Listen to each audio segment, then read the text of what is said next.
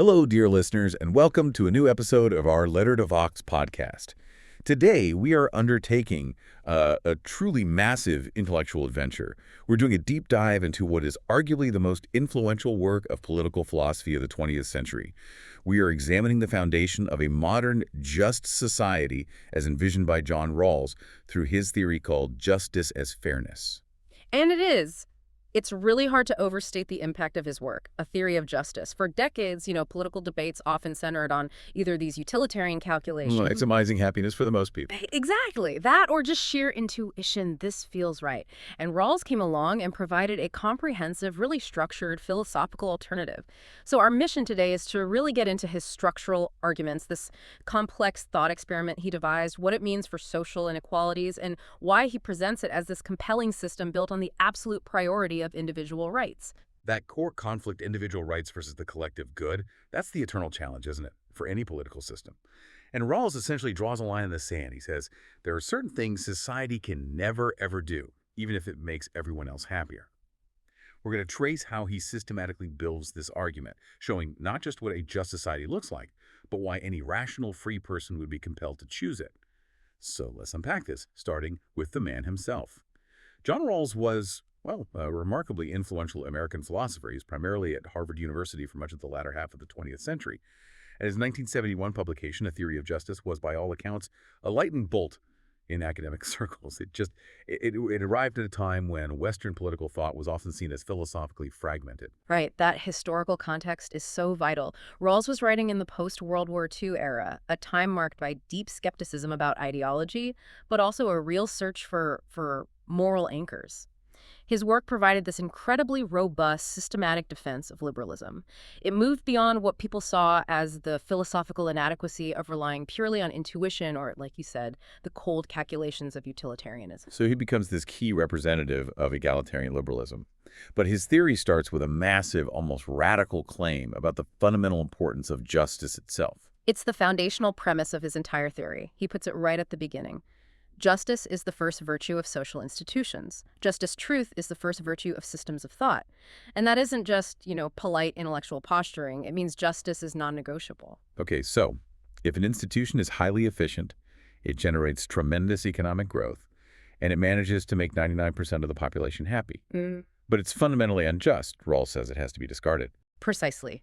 His core assertion, this is the guiding principle, is that laws and institutions, no matter how elegant or economically sound or efficient, they must be reformed or abolished if they're unjust. And here's the crucial consequence of that. Each person possesses an inviolability founded on justice that even the welfare of society as a whole cannot override. And that's the cannon shot aimed directly at utilitarianism. Because utilitarianism inherently permits and sometimes even demands that you sacrifice one individual's interest if it vastly increases the aggregate happiness of everyone else. That's right. Justice for John Rawls explicitly denies that the loss of freedom for some is justified by a greater good shared by others. The individual is not a means to a collective end. This principle, the absolute priority of justice, is the hinge upon which the entire theory turns. And it's what distinguishes it from almost every other major doctrine of its time. Okay, that sets the moral bar incredibly high. Yeah. So now let's define where these principles are supposed to be applied. What's the canvas for justice here? Rawls sees society not as some organic whole, but as a cooperative venture for mutual advantage. And this view has two inherent characteristics. First, there's an identity of interest. We're all better off cooperating than if we lived alone. But second, there's an inevitable conflict of interests. Because the benefits produced by cooperation are limited, people aren't indifferent to how they're distributed. Everyone, prefers a larger to a lesser share. It's the classic scarcity problem, just applied to cooperation. We need each other to generate the pie, but then we all fight over the slices. And because of that conflict, we need a set of principles of social justice, for choosing among different social arrangements, for assigning rights and duties, and defining the appropriate distribution of all those benefits and burdens. And the target of these principles is what he calls the basic structure. Yes. The primary subject of justice is the basic structure of society. This refers to the way major social institutions, The legal system, political constitution, the economic structure, the family, the way they all distribute fundamental rights and duties and determine how the advantages from cooperation are divided up. The principles have to apply here first, because the basic structure largely dictates a person's life prospects from birth. This framework brings us to his big idea, justice as fairness, which he presents as a kind of modern take on the social contract. Right. Traditional social contract theory, from Locke and Rousseau, often imagined this semi-historical, maybe even literal moment when people agreed to form a government.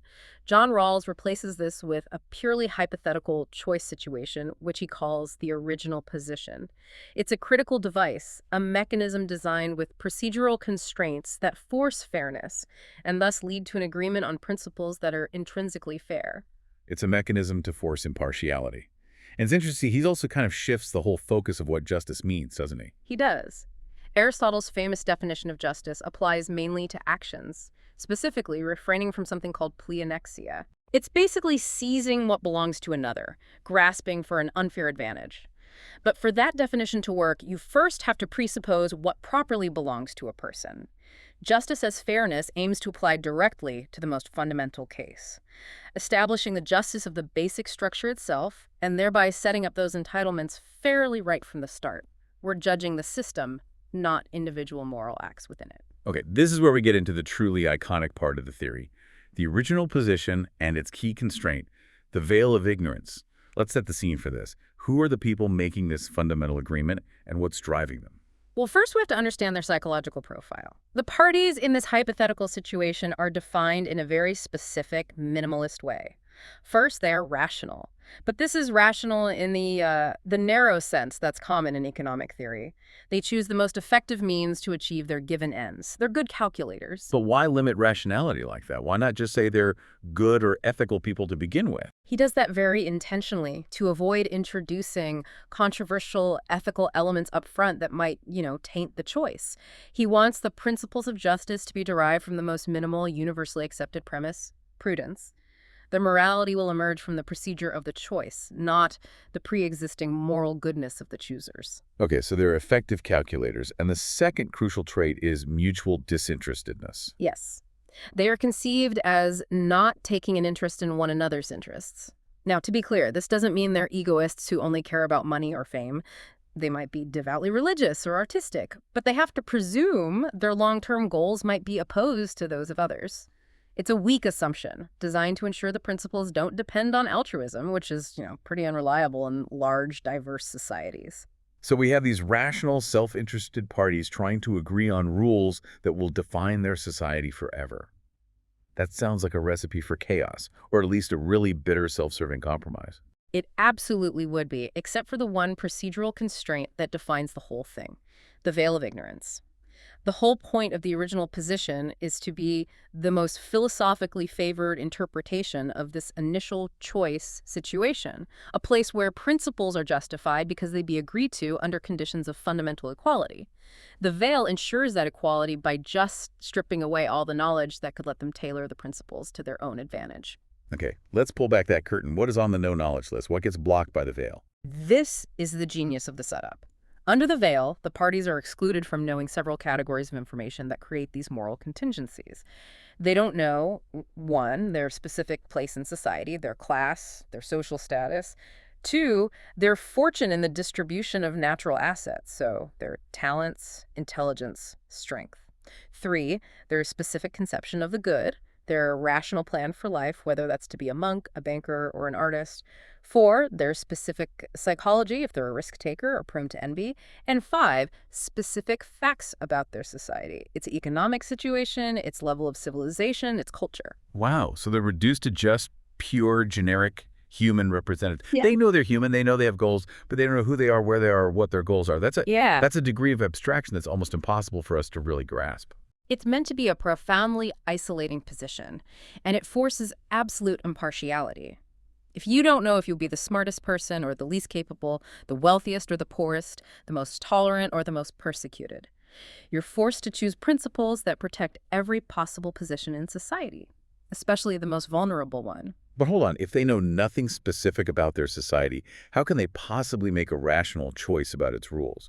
They can't just operate in a philosophical void. No, they absolutely can't. To be rational, they do know general facts about human society. They understand politics, economic laws, the first principles of social theory. They know the circumstances of justice, that cooperation is necessary, resources are limited, and conflicts of interest are inevitable. They know enough to draft a constitution, just not enough to benefit themselves. The power, then, lies in the fact that this choice is forever. Exactly. The choice of principles is unconditional, and it holds in perpetuity. Because the same restrictions apply at all times, John Rawls argues that anyone, at any time, can adopt this perspective, can step into the original position, and they have to logically arrive at the exact same principles. It's a mechanism for generating universal rules. And crucially, this setup means that simple egoism is immediately taken off the table. It is. I mean, the parties are mutually disinterested, but the veil prevents the outcome from being egoistic. The formal constraints of justice require publicity and generality. You can't just agree, the rule of society is that I specifically get everything. Since the parties are forced to agree to principles that will apply to all of them, no matter who they turn out to be, egoism isn't even a serious candidate. The original position is the ultimate test of impartial ethical reasoning. So the rational calculators are forced, by the procedure itself, to become moral agents. That's a beautiful philosophical setup. So the next obvious question is, what principles do these rational, maximally uncertain agents actually choose? Right. Behind that thick veil, where the stakes are existential, you could be anyone, they would choose two specific principles, and they're arranged in a strict serial or lexical order. The priority here is absolutely essential. Let's start with the first one, the bedrock principle of freedom. The first principle is the equal basic liberties principle. It states, each person has the same indefeasible claim to a fully adequate scheme of equal basic liberties, which scheme is compatible with the same scheme of liberties for all. This is your basic political freedoms, liberty of conscience, freedom of thought, freedom of the person, the constitutional rights we recognize in modern democracies. That seems like a given, but Rawls is insistent. It has to come first. Now, the second principle, which deals with our socioeconomic life. The second principle governs social and economic inequalities, and it has two distinct parts that have to be satisfied in order. First, fair equality of opportunity, FEO. Inequalities must be attached to offices and positions that are open to all under conditions of fair equality of opportunity. And second, the difference principle, DP. Those inequalities must be to the greatest benefit of the least advantaged members of society. So the structure is completely rigid. Equal freedom first, then equal opportunity, and only then do we even start talking about wealth distribution, and only in a way that maximizes the minimum position. That hierarchy is the priority of liberty. It means that a departure from the institutions of equal liberty required by the first principle. It just cannot be justified by or compensated for by greater social and economic advantages from the second principle. And there's that crucial barrier against the utilitarian temptation we talked about. You can't argue that curtailing a minority group's voting rights is okay because the resulting economic stability benefits everyone else. That is the absolute firewall. If you could trade freedom for wealth, the whole theory would just collapse back into a kind of indirect utilitarianism. The lexical ordering makes the structure of basic rights inviolable. And similarly, within that second principle, fair equality of opportunity has priority over the difference principle. You can't reduce someone's fundamental opportunities, say, by gutting public education, just to give an immediate cash handout to the poor. Opportunity has to be protected first. That structural rigor is fascinating. But let's pause and think about why the parties would choose this combination, rather than, say, pure, strict equality in everything. Why would they agree to any inequalities at all? They allow them because they're rational. If an inequality like higher pay for doctors, which creates an incentive for all that training, if that makes everyone better off than the starting benchmark of absolute equality, then it's rational to permit it. The inequality becomes a tool for mutual advantage, and the principles are just designed to make sure the least advantaged benefit the most from that tool. And this leads us to the formal argument for why they choose this, the maximin argument. Right. Maximin is a rule for choice under conditions of radical uncertainty. It tells you to rank your alternatives by their worst possible outcomes, and then choose the alternative whose worst outcome is better than the worst outcomes of all the others. If you choose the two principles, the worst possible position you could land in, the position of the least advantaged, is maximized. You're choosing the highest possible floor. In standard economics, though, The Maxman rule is considered overly cautious, almost paranoid. So why does John Rawls argue it's the only rational choice in the original position? Because the original position has three very special features that just change the whole calculation.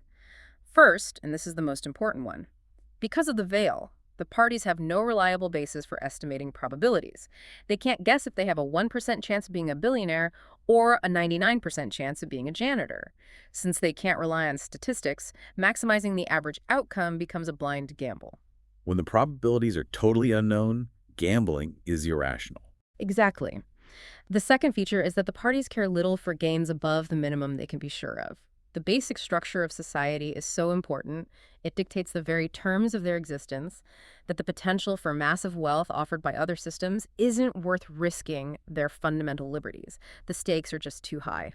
And the third feature looks at the consequences of failure. The third feature is that the rejected alternatives, especially utilitarianism, have outcomes that are hardly acceptable. If that utilitarian gamble fails, you could face slavery, religious persecution, or a complete absence of political rights. And since the original agreement is final and made in perpetuity, risking such a grave outcome is just irrational. The two principles minimize what he calls the strains of commitment, ensuring everyone can stick to the agreement, even if they draw the short straw and end up in the least advantaged spot. It's a really compelling justification.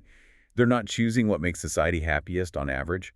They're choosing what makes the worst-case scenario the most tolerable, which in turn ensures stability. It ensures that the framework is something everyone, even the poorest and most marginalized, can embrace and support across generations. Now that we've laid out the principles, we need to see how they govern economic life, especially how Rawls deals with distribution and the very contentious idea of moral desert.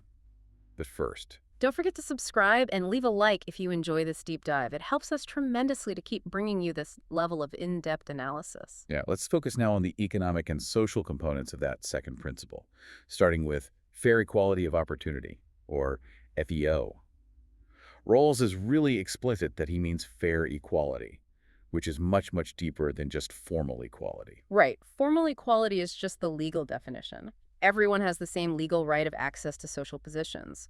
No laws preventing women or minorities from holding office, for example. But John Rawls recognized that merely removing legal barriers is, well, it's insufficient if people are starting the race of life from radically different starting lines because of their family background or social class. It's that famous analogy, right? A person born into severe poverty who goes to a failing school technically has the right to become a brain surgeon, but the opportunity just isn't fair compared to someone from an affluent background with access to the best education.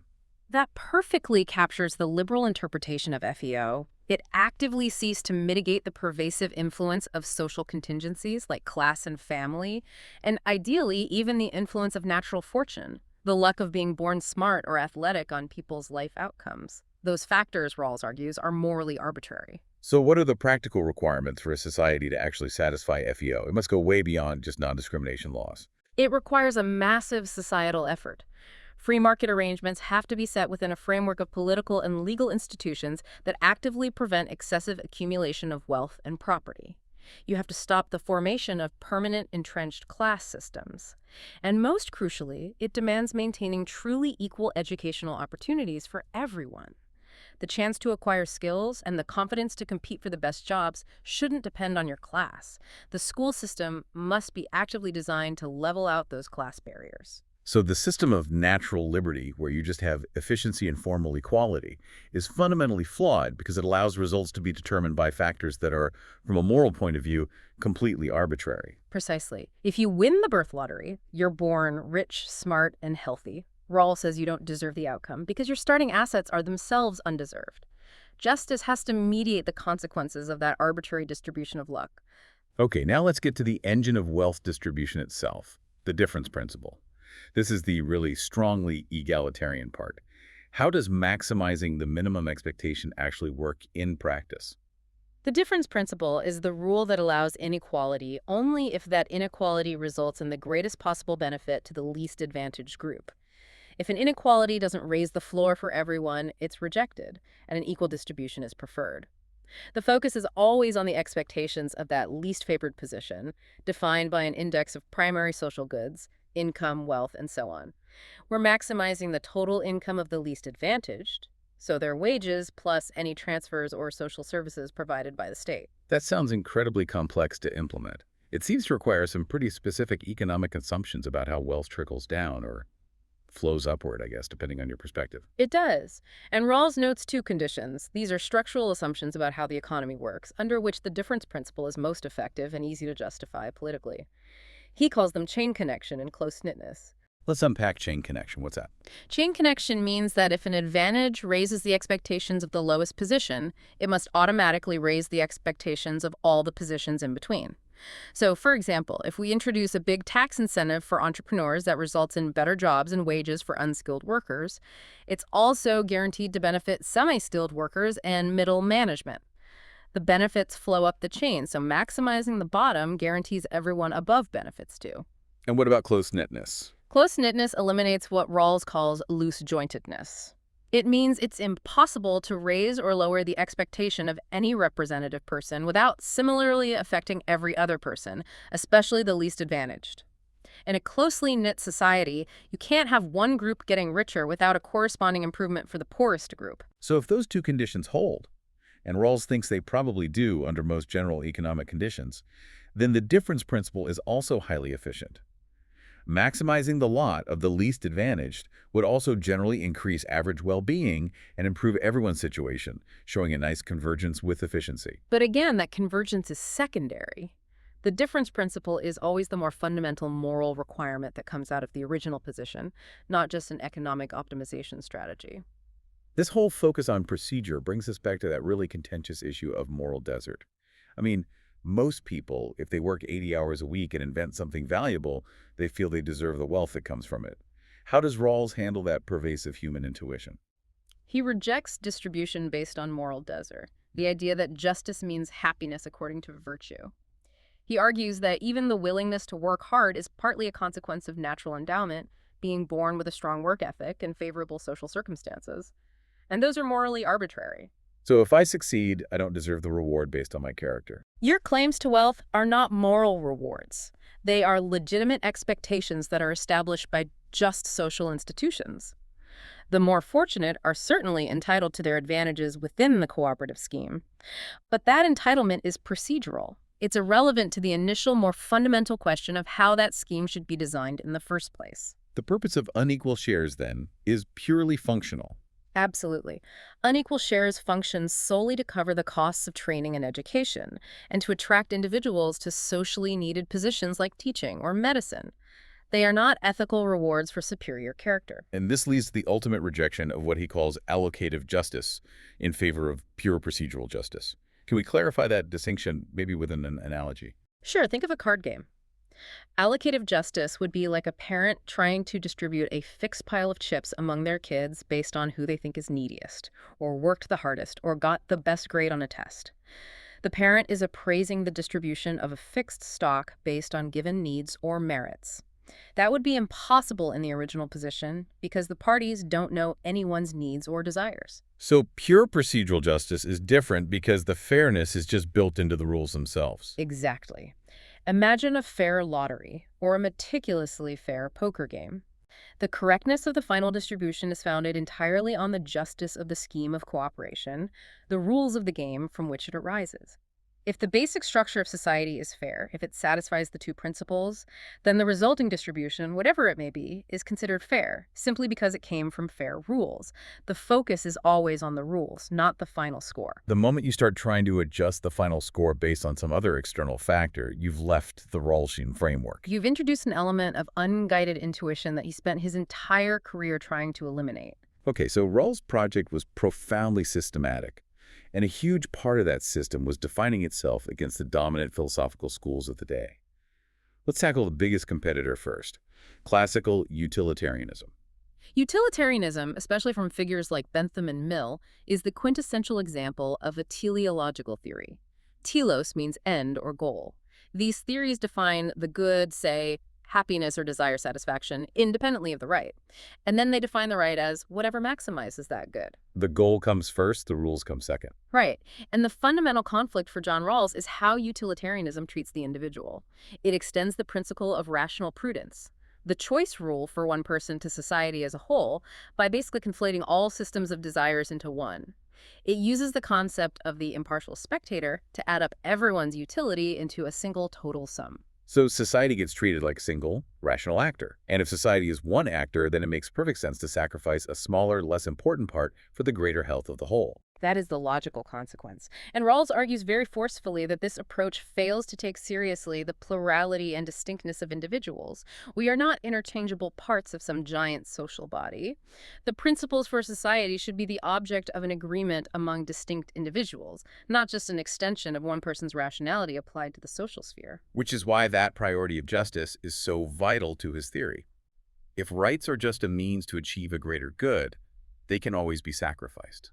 Utilitarianism has to treat those common sense precepts of justice, things we intuitively feel are wrong to violate, as merely subordinate secondary rules that are just generally useful for maximizing happiness in the long run. They aren't sacred. Rawls suggests that utilitarianism, when it tries to explain why we feel rights are so important, has to treat our profound convictions as a socially useful illusion. Justice's fairness, on the other hand, says the priority of justice is sound and makes these rights foundational, completely independent of calculating social benefit. There's also the measurement problem, right? Mhm. If you're going to maximize happiness, how do you actually measure and compare the intensity of satisfaction or pain across different people? That's a deep weakness for utilitarianism. It requires these complicated, interpersonally comparable cardinal measures of utility. It forces you into these complex, often impossible calculations about whether the gains of some truly outweigh the losses of others, and those calculations are often unreliable and subject to bias. And Rawls just bypasses this entirely. He does. Justice as fairness simplifies the whole thing by using an index of primary social goods as the basis for comparison. These are objective means. Rights, liberties, opportunities, powers, income, wealth. These are things that all rational individuals are assumed to want, regardless of their specific life plan. They're the objective inputs you need for a successful life, which makes the comparison objective and measurable in terms of means, not subjective happiness. Okay, now let's turn to the other major school that Rawls was trying to overcome. Intuitionism. Right. Intuitionism holds that there's this irreducible family of conflicting first principles, say total utility versus equality versus fairness, and that there are no higher order criteria, no priority rules to determine their proper weight. When these principles clash, you just have to rely on intuition or what seems most nearly right to strike a balance. Which sounds like a philosophical impasse. It's essentially admitting defeat when you face a complex moral dilemma. It is. That reliance on unguided intuition makes complex political trade-offs subjective and ultimately unmanageable in a real political system. If a legislature has to balance total economic benefit against a measure of equality and they have no objective guide, the resulting decision is just arbitrary. So how does justice as fairness reduce this dependence on intuition? John Rawls offers a structured way out. First, by focusing the judgment. The two principles, with their lexical order, they automatically prioritize certain values, like liberty, over others like economic gain. And second, the difference principle specifically singles out the least advantaged position from which the basic structure is to be judged. We don't need to balance every possible principle at once. We substitute a really complicated ethical question for a specific prudential one. Exactly. We substitute a generalized ethical judgment with a judgment of rational prudence, asking what the representative person in the least advantaged position would rationally prefer. This makes the trade-off manageable and procedural. And this all leads to the idea of reflective equilibrium. This sounds like the mechanism for testing if the theory actually works against our deepest moral sense. It is. It's the dynamic interplay. The hypothesis is that the principles from the original position should match our most fixed, considered moral judgments, those points of conviction like the injustice of slavery or the necessity of free speech. If a proposed idea is intuitively appealing, we might revise our weaker judgments to fit the theory, or we might revise the theory to fit those fixed points. The goal is to reach a state of reflective equilibrium where our guiding principles and our specific judgments finally align, creating a coherent, stable, moral framework.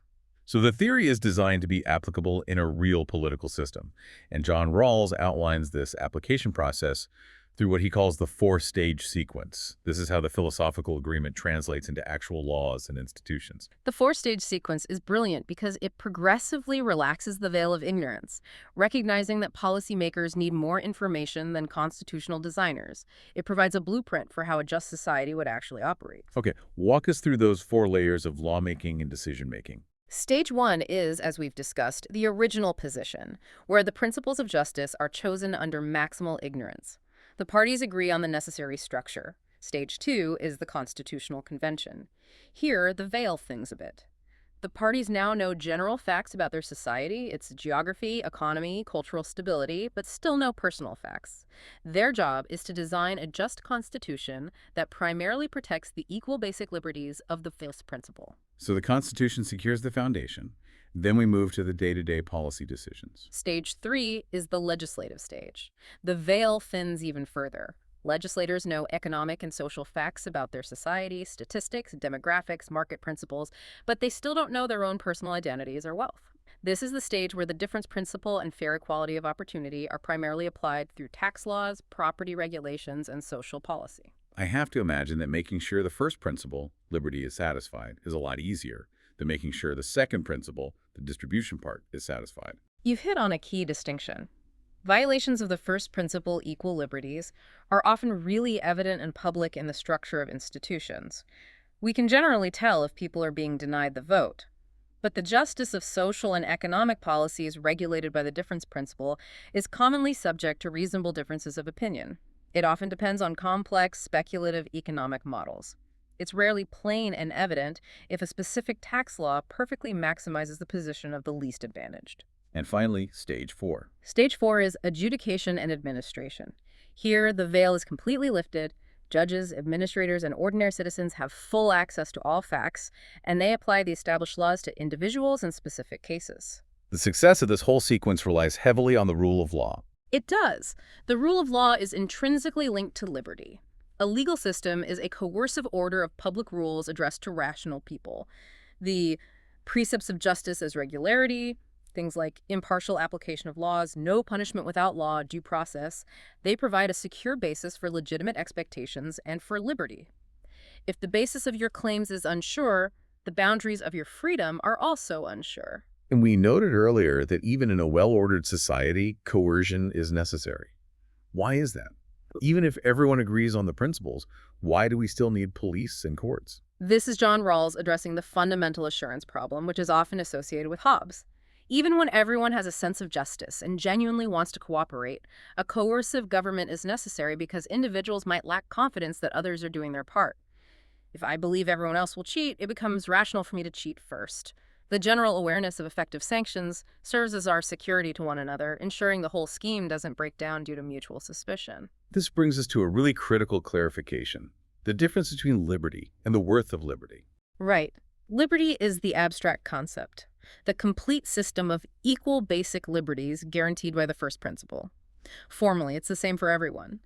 The worth of liberty, however, is the value of those liberties to an individual, which is proportional to their capacity, their wealth, their means, to advance their ends within that system.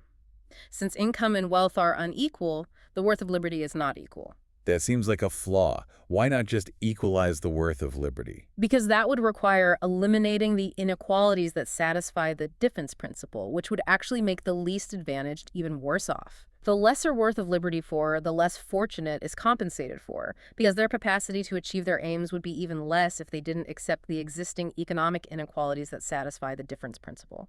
The DP maximizes their means, which maximizes the worth of their liberty, without ever sacrificing the fundamental equal system of liberty itself. Okay, finally, we have to look at paternalism.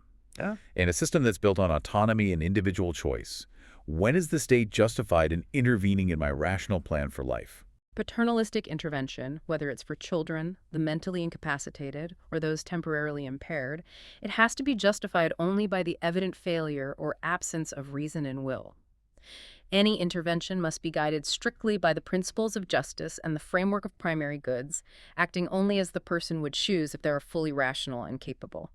The crucial restriction is that paternalism must never license assaults on someone's convictions or character, or the attempt to change a rational person's plan of life against their will. It's a protective measure, not a tool for social engineering. For this whole system to survive, it has to be stable. We talked about the strains of commitment earlier, but how does Rawls assure us that the just society will generate its own support over time? Stability is achieved when the parties can rely on one another to adhere to the agreement forever. Because the two principles maximize the minimum position and secure basic liberties unconditionally, they minimize those strains of commitment. A person in the least advantaged position isn't asked to accept huge sacrifices for some uncertain greater good. They are guaranteed the best possible minimum position. And this relies on the development of what he calls the moral personality. Yes. Moral persons are defined by two key capacities. First, a capacity for a conception of their good, a rational life plan. And second, a capacity for a sense of justice, a regulative desire to act upon the chosen principles. And the final piece of the puzzle is this idea of the congruence, that the desire to act justly is in itself rational. The congruence of the right and the good. John Rawls argues that the desire to act justly is rational because acting on the principles of justice expresses one's nature as a free and equal rational being. And since expressing your nature as a free and equal being is part of your fundamental good, it fulfills us as autonomous agents, the desire to act justly becomes rational, stable, and continuous with the love of mankind. The system generates its own support because adhering to it is part of what it means to live a fully rational, fulfilled life. So what does this rigorous framework ultimately achieve for the ideals of democracy? Well, the two principles provide a definite, concrete interpretation for those traditional democratic ideals: liberty, equality, and fraternity. Liberty is secured by the first principle.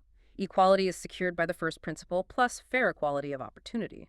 And most profoundly, the difference principle provides a definite requirement matching the idea of fraternity, not wanting to have greater advantages unless this is explicitly to the benefit of others who are less well off. It transforms the abstract sentiment of brotherhood into a structural requirement of economic justice. We have journeyed through justice as fairness, starting with the non-negotiable inviolability of the person, enforcing impartiality through the veil of ignorance, and emerging at the two principles in their strict lexical order. It's a revolutionary system built not on maximizing total utility, but on guaranteeing basic dignity and structured opportunity for the least fortunate among us. So to summarize the key takeaways of John Rawls' vision, the 5 essential nuggets of knowledge we hope you keep with you. First, justice is foundational. It takes precedence over maximizing total welfare or efficiency. Basic rights and liberties are inviolable. You cannot trade them away for economic benefit. Second, the original position via the veil. This abstract thought experiment serves as the ultimate test for impartial reasoning. It forces rational agents to secure fundamental liberties for all and compels them to choose principles based on the maximum rule preparing for the worst possible outcome. Third, the priority of liberty. That lexical order ensures basic freedoms are secured unconditionally. They can't be reduced, even if doing so would lead to significant social or economic gains. Fourth, the difference principle. Social and economic inequalities are permitted only if they maximize the long-term objective position of the least advantaged. This gives concrete, measurable meaning to the political ideal of fraternity. And finally, rejection of moral desert. Entitlements stem not from intrinsic moral worth or natural talents, which are morally arbitrary, but from the existence of just institutions and the legitimate expectations those institutions create. It's a profound, coherent model for a society designed to maintain its fairness across generations. And that leads us to a final thought for you to consider. John Rawls discusses the role of civil disobedience as a necessary element of a nearly just constitutional democracy. He sees civil disobedience as an appeal to the public sense of justice against clear violations of the equal liberties. Because citizens are responsible for their interpretation of the principles, if the legislature or even the courts betray the fundamental constitutional framework, the final court of appeal is not the court or the legislature, but the electorate as a whole. So since each citizen is responsible for maintaining the framework, the question remains: how much agreement is truly needed among diverse citizens to maintain a stable, just constitutional order, and how far can justified dissent, this ultimate appeal to justice, push the boundaries of that order before the structure itself begins to collapse? A question about the durability of justice that is as relevant today as when a theory of justice was first published. Thank you for diving deep with us. We'll see you next time.